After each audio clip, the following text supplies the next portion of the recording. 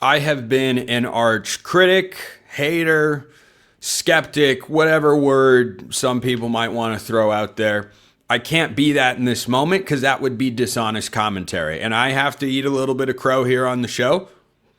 I jumped ship on Arch Manning too early. I was waiting for him to progress the way that Julian Sayin has. And Julian Sayin started to do it sooner. But these two guys have actually followed this season a very similar trajectory. Neither guy was particularly good, first full year starting in the first month of the season. And then Sayin, I saw signs of him figuring it out, and I saw Arch not doing that. Steve Sarkisian gets a lot of credit here because Arch Manning is playing really good football the last couple of weeks. 25 of 33, 328 yards and 3 touchdowns against Vanderbilt. Now, it did help, and I'll get to Vanderbilt in just a moment, that the Commodores might not have been able to tackle me if I'd been carrying the football out there. But early in this game, I was having a flashback to a game I talked about and have mentioned a couple times since it happened earlier this year, and that was Auburn at Baylor. Auburn went to Baylor, and Jackson Arnold ran the ball really well and threw a bunch of RPOs, and Auburn won 38-24 in a game that I'd picked Baylor to win. And my takeaway from the game was, okay, I was wrong and overvalued Baylor in this particular spot. I had them pretty spot on coming into the year, but I didn't think that Auburn would win the game. They did, full credit. However, I'm not sure Jackson Arnold has really made steps as a passer. I got a lot of flack for that. Jackson Arnold, by the way, has been benched since that point in time during the season. We'll see how it goes today. But in that game, it was a lot of dink and dunk. It was a lot of RPO. It wasn't pushing the ball down the field and making those sorts of plays. And early in this game, I was ready to have that same takeaway with Arch and say last week was a fluke. Last week was an aberration. You look at what he's actually doing. In the first half, Arch Manning averaged just over 1.2 air yards per completion.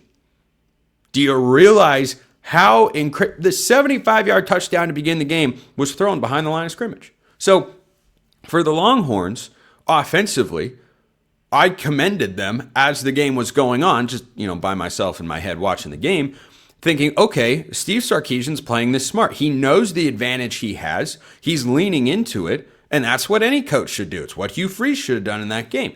But as the game went on, we started to see more of the Arch Manning from last week carry over into this game. Vanderbilt's a good team.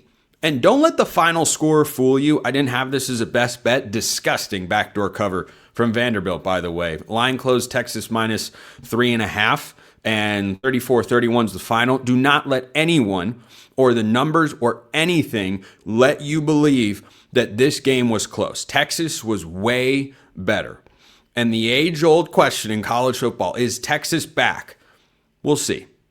We'll see. This is a really impressive win because they came out and were ready to go from the jump. And they looked in a number of different areas like a significantly better team. That's just the reality. And Arch Manning was a big part of that. Diego Pavia didn't play horribly in this game. The Texas defense looked the way that I've thought they would be all season long. Their front seven is nasty, and Vanderbilt had no shot. I mean, no shot to block Colin Simmons. He was unguardable for that Vandy offensive line. And I talked about the running game in this one. Texas won the ground matchup, by the way.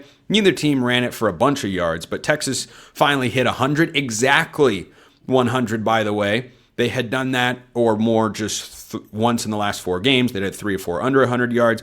But Vanderbilt, who I told you runs for 200 yards a game, they went for 58. And this Commodores team isn't meant to be unbalanced. And I felt like Texas didn't necessarily need to run it as much as Vandy needed to have offensive success. I still believe that's the case. But if you take it away from Vanderbilt, that's going to be a lot more costly. So Arch Manning looked really good. He made a lot of throws in this game. The touchdown as he got hit into the back of the end zone to Emmett Mosley. Some of the downfield throws, the accuracy, he looks calmer. The footwork has improved. All the stuff that was a problem earlier this season, Arch Manning, against a good Vanderbilt team here, looked really good. He looked really, really good. So I might have jumped the gun earlier this year on Arch Manning, saying they need to find a better option for next year because he has progressed significantly. That much is evident. And so Texas is now in a spot going forward where they control their own path to get into the playoff. Now, I sincerely hope for the sake of college football, the 9-3 Texas doesn't get into the playoff. I don't want that to happen. Texas still has to go at Georgia, and they have to play Texas A&M. I believe that game is on the road as well. Yeah, they have Texas A&M is at home, beg your pardon. So if they win those games and avoid maybe a trap game kind of spot against Arkansas at home, then yes, Texas will be in the college football playoff and should be.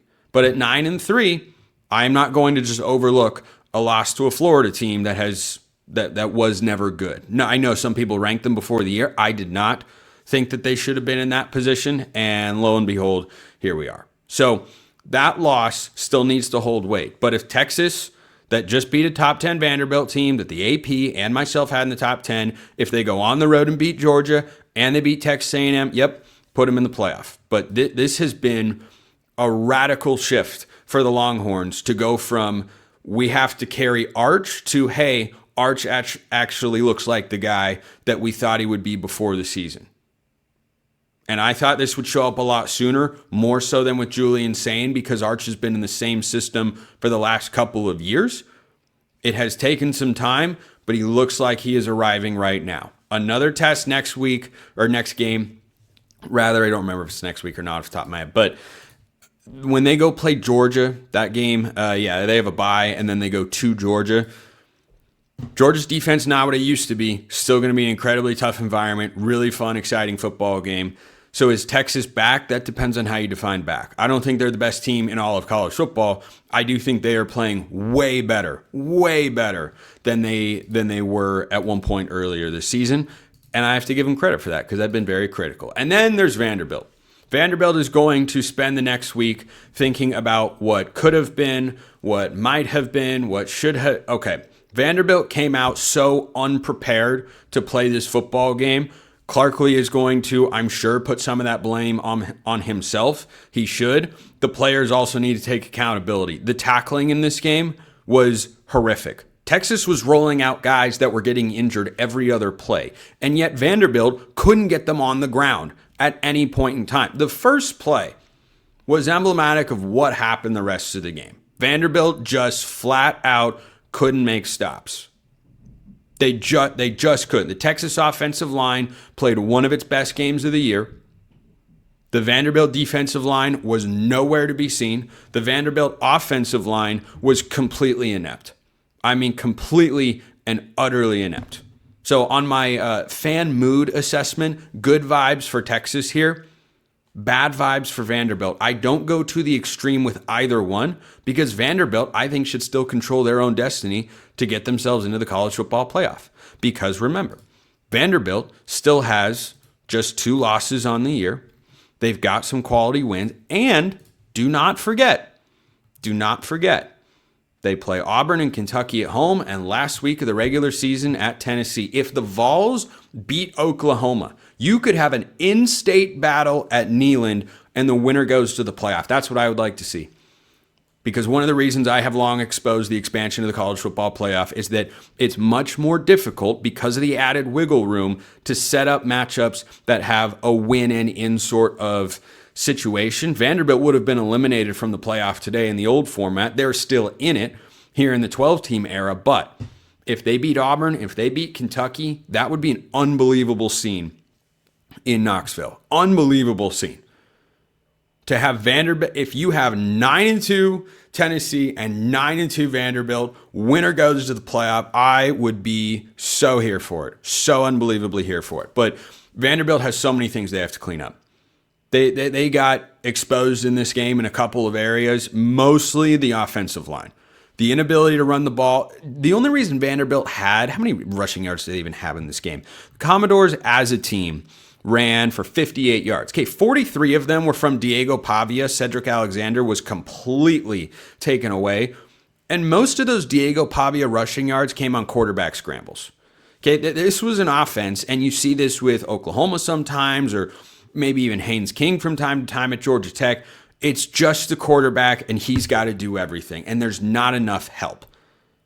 Texas gave Arch Manning a lot of help in this game. Diego Pavia just didn't have a whole heck of a lot. Made some throws, threw for a bunch of yards, but a lot of those were garbage time stats as Texas's lead was big and they're trying to not give up the big play. So I think that for the Commodores going forward, yeah, you still have the ability to go to the playoff. You still should control your own destiny to get there. However, you have some serious stuff to pick up. You have to figure out how to be better on the offensive line or how to navigate around it. I thought Greg McElroy did a great point during the broadcast pointing out that Vanderbilt kept going with long developing run plays, and then that just allowed Texas's really good front seven to get downhill and make plays in the backfield. So that has to be corrected from a schematic standpoint.